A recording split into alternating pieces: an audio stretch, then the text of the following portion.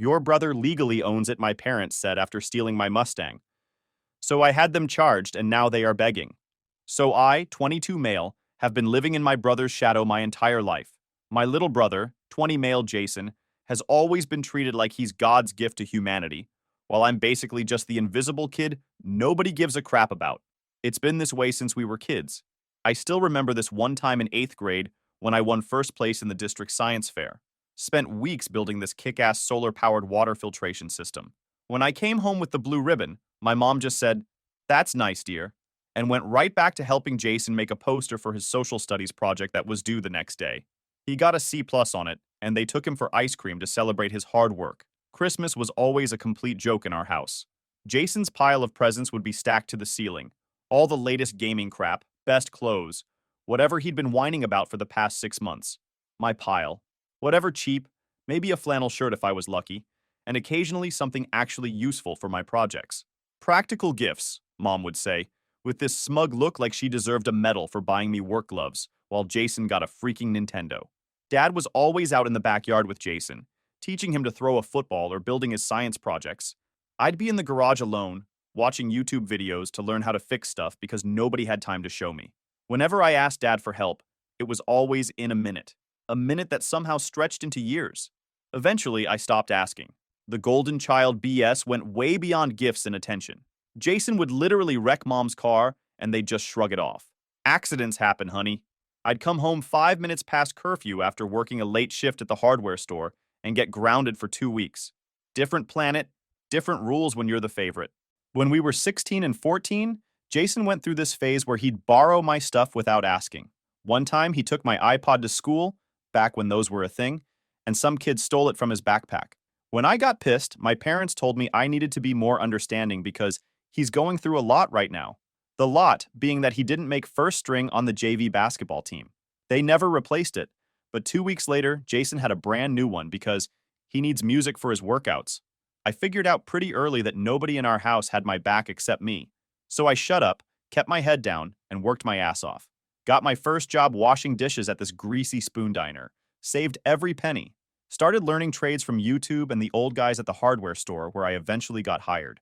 Didn't need their validation anyway. My parents had this blind spot that was exactly my size and shape. They'd remember to buy Jason's favorite cereal, but forget I was allergic to peanuts.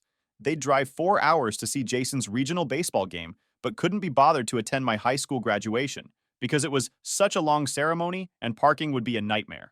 It sounds like I'm making this crap up, but I swear I'm not. It's like living in some kind of twisted sitcom where I'm the side character nobody remembers. The, "Oh yeah, there's another kid too, son." The thing is, Jason was just as bad as my parents in his own way.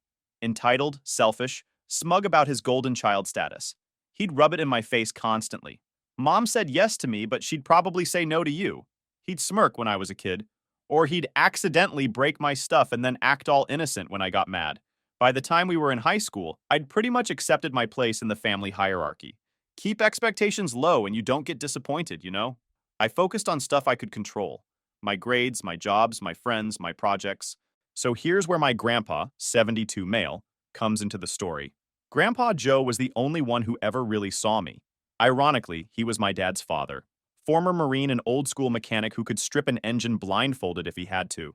The man was a legend with his hands. While my parents were busy cheering at Jason's soccer games or obsessing over his school plays, I'd be at Grandpa's garage learning how to change oil, replace spark plugs, and eventually rebuild carburetors. Those were the days I actually felt like someone gave a damn about me. "You got something special in those hands, boy," he'd tell me while we worked side by side on whatever beater he was fixing up. "Your dad never had the patience for this stuff. Always too busy chasing the next promotion, the next big thing." He'd shake his head like he couldn't quite figure out where he went wrong with his son. Grandpa saw right through my parents' favoritism BS. This one time when I was 15, my parents forgot my birthday. Like, completely forgot. They remembered the day before that Jason had a swimming competition the next day, and the whole family had to go. My mom actually said, "Oh, it's your birthday tomorrow, isn't it? We'll celebrate next weekend." They didn't even get me a cake. When Grandpa found out, he was pissed. Showed up at our house that night with a toolbox wrapped in newspaper. Inside was this beautiful set of precision screwdrivers I'd been eyeing for months.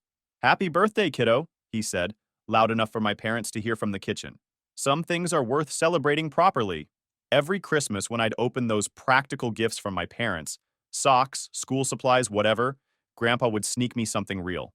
Quality tools mostly, stuff I still use today. One year, my parents actually complained about it. My mom had the nerve to say, "He doesn't need to be spoiled, Joe." Like a decent set was equivalent to the new iPhone Jason had just unwrapped.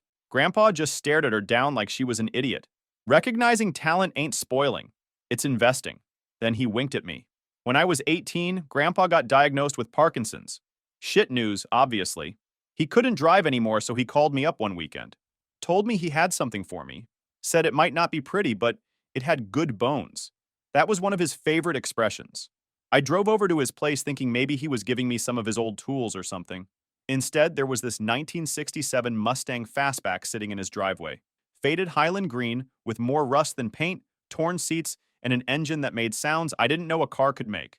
But holy shit, it was the most beautiful thing I'd ever seen. Grandpa handed me the keys and told me he'd been saving it for me since I was 12. Said he'd watched how my parents treated me all those years and figured I deserved something that was just mine. He'd planned to restore it himself, but his hands weren't working right anymore with the Parkinson's starting to take hold.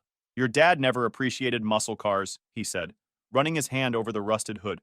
"But you'll bring her back to life." I'm not gonna lie, I had to turn away for a minute. Got something in my eye or whatever. When I drove that rust bucket home, my parents actually laughed at it when they saw it in the driveway. Dad didn't even look up from his phone when I told him about it. Just said, "Don't waste money on that death trap." My father was too obsessed with this pile of junk.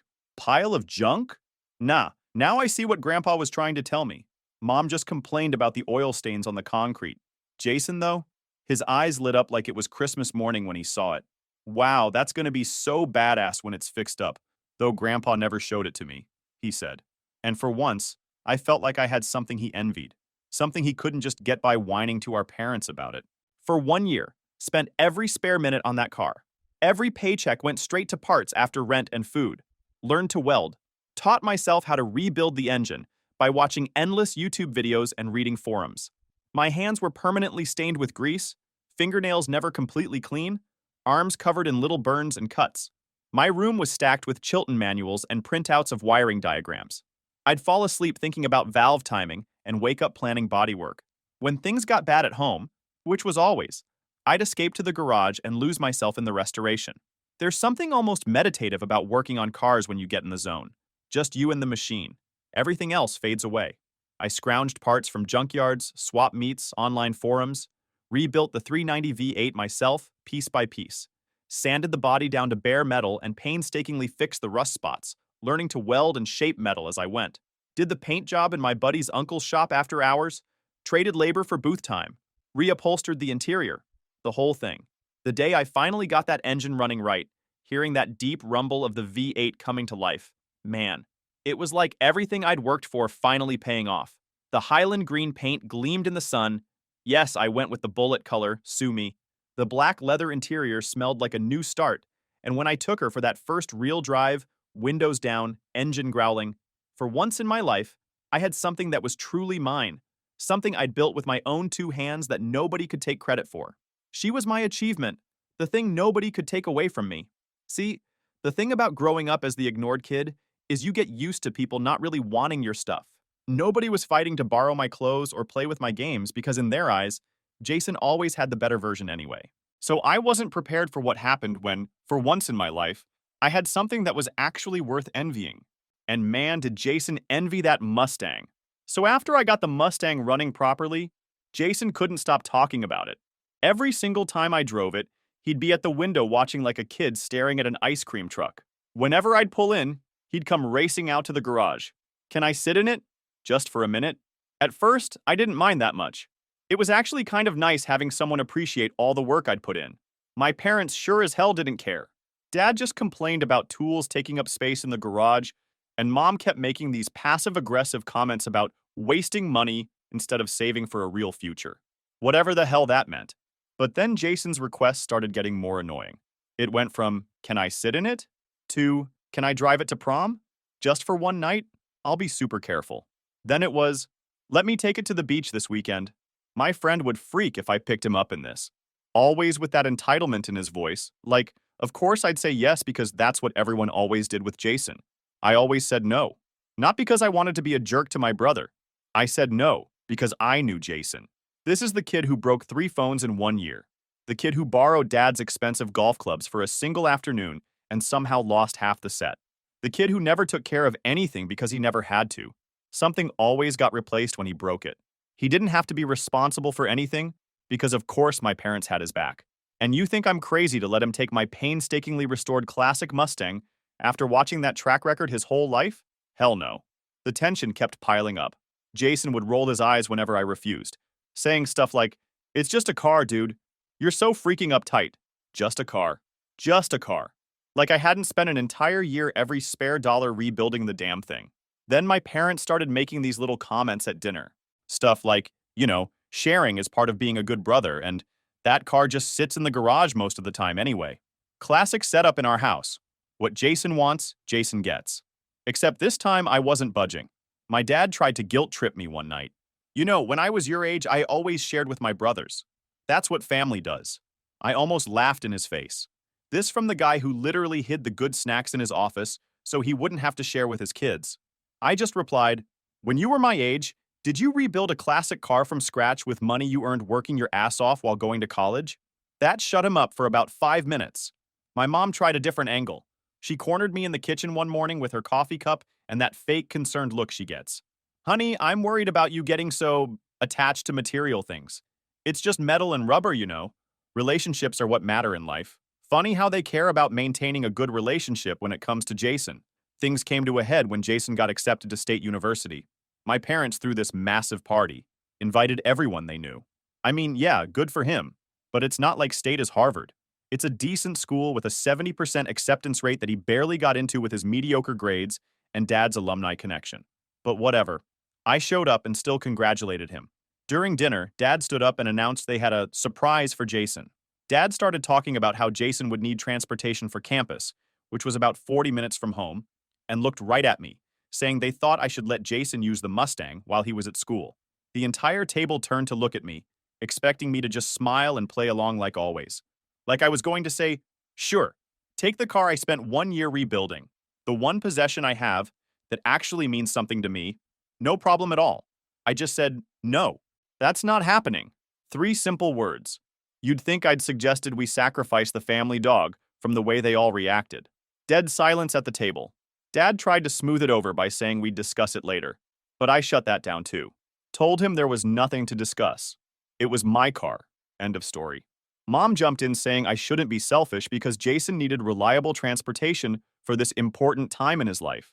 Like college is somehow more important than, I don't know, my entire existence maybe? I told them to buy him a car like they bought him everything else he ever wanted. That's when Dad got pissed. Slammed his hand on the table, nearly knocking over the gravy boat, and said I was being ridiculous over just a car. I stood up and finally let out what I'd been holding in for years. I told him it was my car that I rebuilt myself, that I had the title for, that I paid for with my money, and I wasn't giving it to Jason just because he wanted it. Told them for once in their lives to tell their precious golden child no. Said maybe Jason could learn what it's like to actually work for something instead of having it handed to him on a silver platter. Mom looked at me like she couldn't believe I was actually standing up for myself. Dad looked like he was going to burst a blood vessel. Jason just sat there with that frown, probably pissed that his usual want, whine, get process was hitting a roadblock. I walked out before anyone could say anything else. Next morning, Dad tried again. He tried a different way this time. "Listen, son," he said, like we were negotiating a contract. "I understand you've put a lot of work into that car. What if we compensate you for it? We could put some money toward another project car for you, something you could work on while Jason takes the Mustang. He needs it now." I just laughed. "You don't get it, do you? It's not about the money. I don't want another project car. I want my car that I already rebuilt." And don't start again with the "it's just a car," because it's not. It means to me way more than that. Then he tried the "you're being selfish" again. Jason has an opportunity here. This could really set him up for success. Don't you want what's best for your brother? I was so tired of that line. What about what's best for me, Dad? Has that ever crossed your mind? Even once? The look on his face told me everything I needed to know. It genuinely hadn't. For the next couple weeks, things were tense at home. My mom tried the silent treatment, like I was the one being unreasonable. My dad kept making these little digs about team players and family sacrifice. Jason alternated between sulking and trying to butter me up with sudden brotherly interest in my life. I just kept my head down and focused on my classes and work. Spent as little time at home as possible. Started seriously looking into getting my own place, even though rent in our area was ridiculous. But I started planning. I figured they'd eventually get over it and buy Jason a car like normal parents would. A car they could afford. But nope, they just didn't want to. Because why spend money when they could take my car for free? Then after 1 week, I got a call from my aunt in Michigan. Grandpa Joe's health had taken a serious nosedive. The Parkinson's was getting worse, and during a routine checkup, doctors found some other issues they were concerned about. Heart stuff, apparently. I was panicking. Immediately planned to drive up to Michigan to see him. It was about a 6-hour drive, and I figured I'd stay for a long weekend. I told my parents I was going, even though we were barely speaking after the dinner fight. Mom just nodded and said to give Grandpa their love. Dad grunted something about me missing work. Classic. I was angry how he barely gave a crap about Grandpa. My buddy Dean, who always loved my grandpa's stories, knew about the trip. He got sad for him and offered to drive with me. Been wanting to visit this legendary man, he said. I thought about taking the Mustang, but Michigan roads in early spring are absolute hell. Potholes the size of kiddie pools from the winter freeze-thaw cycles. Didn't want to risk damage to the freshly restored undercarriage. Plus, Dean's truck had better heat, and Michigan was still freezing in April, so we took it instead. When we got to Michigan, my entire mood changed. Grandpa was in rough shape. Seeing this tough old Marine who used to carry me on his shoulders now barely able to hold a coffee cup, it really messed me up. His body was failing him, but his mind was still sharp as ever. Took your sweet time getting here, he grumbled when we walked in, then winked to let me know he was kidding. We sat with him, and he started telling war stories and tales from the past, and Dean was eating it up. It was good to see Grandpa happy again, even if just for a bit. Dean had to head back after the first weekend for work, but I decided to stay longer. Grandpa's condition was worse than I'd expected, and I wanted to be there. I slept on a cot in his room at the assisted living place, helped him move, and made sure he ate properly. We had some good talks during those 2 weeks. He asked about the Mustang, of course. I showed him pictures of the finished restoration on my phone, and his eyes lit up. Damn, boy, you did good. Real good job. I'm proud of you, kiddo. Then he asked about my parents and Jason. Saw right through my vague answers. They giving you crap about that car, aren't they? I nodded. Told him about Jason wanting it for college and the big fight. Grandpa just shook his head. Your dad never did understand the value of working with your hands. Always wanted the easy way. Then he looked me dead in the eye. Don't you give in, you hear me? That car is yours. You built it. You keep it. I promised him I would. After almost 2 weeks, Grandpa finally stabilized enough that I felt okay about heading home. The nurse had a good routine with him, and my aunt was checking in daily. I caught the Greyhound bus back. It was a long, uncomfortable ride, and I was exhausted by the time I got to our town's bus station. Called an Uber to take me home since nobody in my family bothered to offer a ride, even though I'd texted my ETA. When I pulled into our driveway, something felt off immediately. The Mustang wasn't in the garage where I'd left it. I figured maybe my dad had moved it to work on his own project car, so I checked the street parking, the side yard, everywhere. Nothing. I stormed inside and found my mom in the kitchen. Where's my car? I demanded. She jumped like she was surprised to see me and immediately tried changing the subject. Oh, you're back. How's your grandfather? Where's my Mustang? I repeated, not letting her deflect. She wouldn't meet my eyes, suddenly very interested in the dish she was drying. Jason took it to campus. He needed a car for school, and since you were gone, my blood went cold. He took my car to campus? After I said no to all of you? Are you serious? Dad walked in then, and I could tell from his face he knew exactly what was happening. Now listen, he started, using his courtroom voice. We tried to call you, but reception was spotty up there. Bullshit, I shot back. I had a signal the whole time. I texted you guys every day with updates about Grandpa. You didn't call because you knew what I'd say. Dad went on. Look, what's done is done. Jason needs that car more than you do right now. And what am I doing? Just existing? That's my car. I'm going to campus right now to get it. That might be difficult, Dad said. The title's been transferred. Legally, it's Jason's car now. For a second, I thought I'd misheard him. You did what? I swear. My brain took a screenshot. The way he said it was as if he was talking about the weather. It just makes more sense for him to have it right. You transferred my title? How the hell did you do that without my signature? Why? They exchanged this look that told me everything I needed to know. Well, about that You forged my signature? Are you freaking kidding me? That's illegal. Don't be so dramatic, Mom snapped, finally dropping the sweet act. We're your parents. We were just making the right decision. I pulled out my phone and started dialing. Who are you calling? Mom asked, suddenly nervous. The police. Dad lunged forward and grabbed my phone. Don't be stupid. You'll regret it. I looked at them, already boiling. Yeah, someone's going to regret this. But it won't be me. I grabbed my phone back and walked out. Called Dean and he straight came to pick me up. Dude, what happened? You look like you've seen a ghost. I told him everything. What the actual fuck was all Dean could say at first. I crashed on his couch that night, too angry to even think about going back home. Kept picturing Jason driving my car around campus, showing it off like he owned it, imagining my parents thinking they'd gotten away with it. The more I thought about it, the angrier I got. Dean's dad, Tom, came home late from work. Luckily, he's a lawyer. Dean told him what happened, and he sat down with us. He told me that what they did is definitely illegal. Grand theft auto, forgery, fraud, those are all felonies. But he told me that I need to think hard about whether I want to go down this road with my family because they might face real consequences.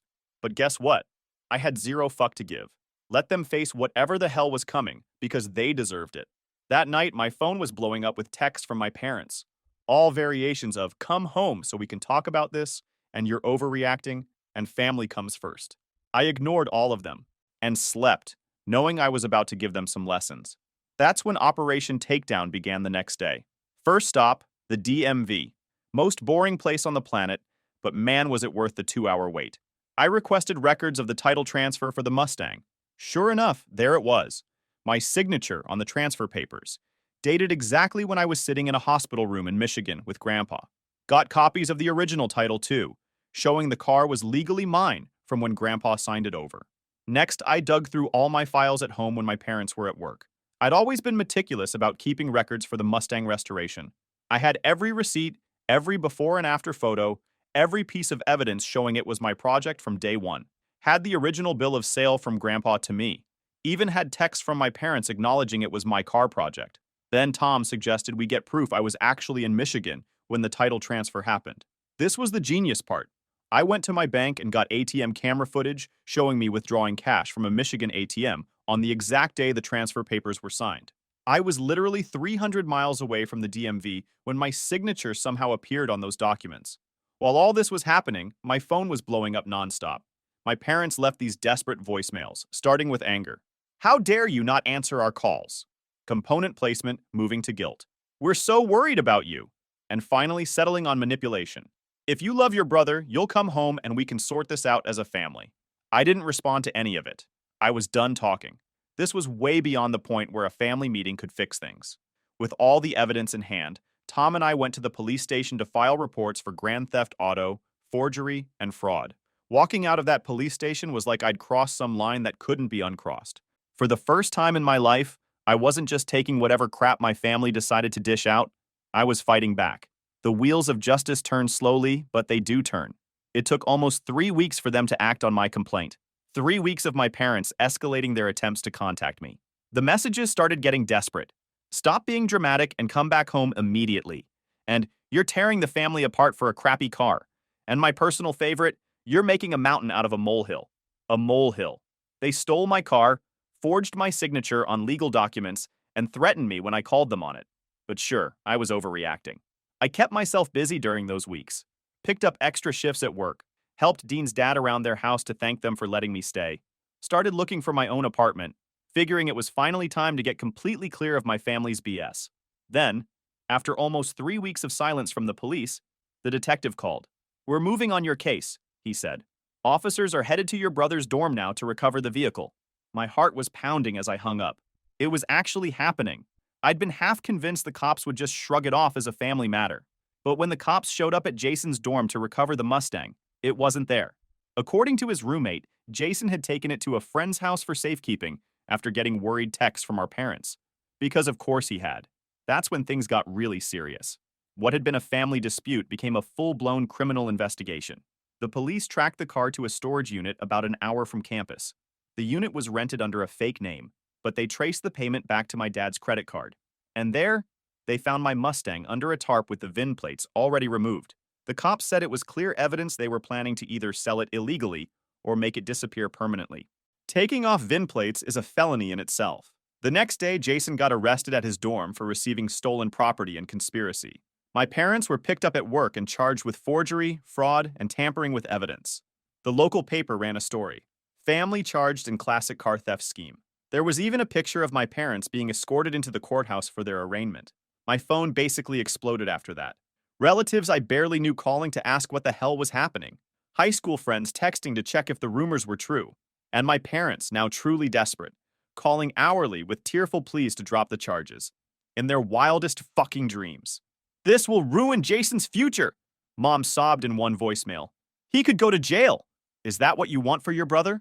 Another from Dad. You are a total jerk. The legal fees are draining our savings. We might lose the house. I didn't call back. Not once.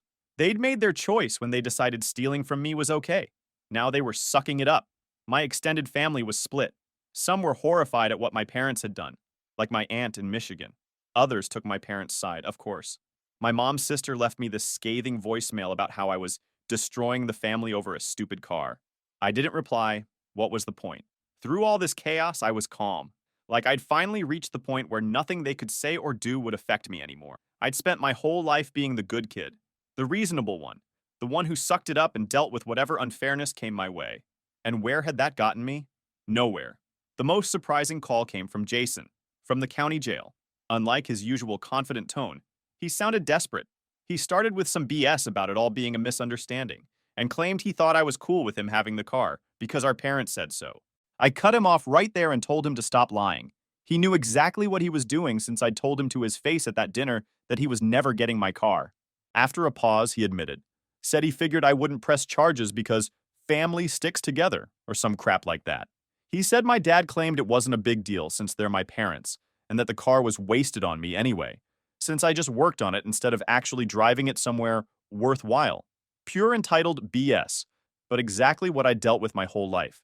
Then he had the nerve to beg me to drop the charges because this was going to mess up his life. I just laughed and welcomed him to the world of consequences, then hung up. As the case moved forward, I got regular updates from the detective. The evidence was overwhelming, he said. Between the forged signature, the ATM footage proving I was out of state, and the fact they'd removed the VIN plates, the prosecutor was confident they had a solid case. Your parents' attorney has reached out about a plea deal, the detective told me. They want to make this go away. I bet they did. But this wasn't going away. Not this time. Edit 1. God, I didn't expect this to get so much attention. Thank you all. Edit 2. For those asking for an update, I will update you soon about everything. Things are quite messy now, so excuse me until I'm free. Saya around. Update. Hey Reddit, it's been about almost a year since my original post blew up, and a lot of you have been messaging me for an update. And let me tell you, there's a lot of things to tell, so buckle up. So the legal system worked slow as hell, but it gets there eventually. Over the next few months, I watched from a distance as my family's perfect image completely fell apart. Turned out the prosecutor wasn't interested in any plea deals. Jason ended up with a felony conviction for grand theft auto and tampering with evidence. Got sentenced to 8 months in county jail, 3 years probation, and 500 hours of community service. State University expelled him immediately when the conviction came down. No appeals, no second chances. My parents didn't fare much better. Dad got hit with forgery, fraud, conspiracy, and tampering with evidence. Mom got the same charges since they proved she was the one who actually forged my signature. They both got 18 months probation, massive fines, and 30 days in county jail, which the judge wouldn't let them serve on weekends like they begged to. Dad lost his accounting job. Turns out firms don't like keeping convicted fraudsters around to handle money. Their perfect reputation? Completely destroyed. On top of the criminal charges, the civil suit I filed with Tom's help hit them where it hurt. They had to sell their house to cover legal fees and damages.